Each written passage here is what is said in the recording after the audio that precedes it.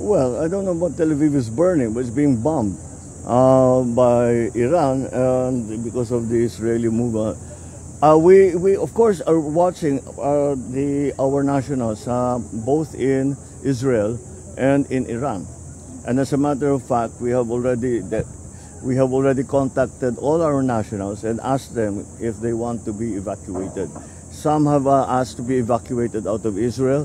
Some now, nung una, sa Iran, ayaw nila munang umalis. Pero ngayon, meron nang sinasabi na kailangan, wala silang, natatakot na sila kaya nagpapatulong na makalabas.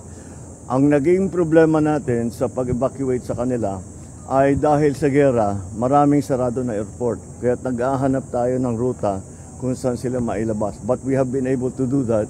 And the first batch, in fact, Secretary Dak is already on his way to Israel, to Jordan, para ma-coordinate niya both the evacuees from Israel and the evacuees from Iran. Sir, alert level 3 or 4? To? Alert level 3 or 4 mandatory repatriation? No, not yet.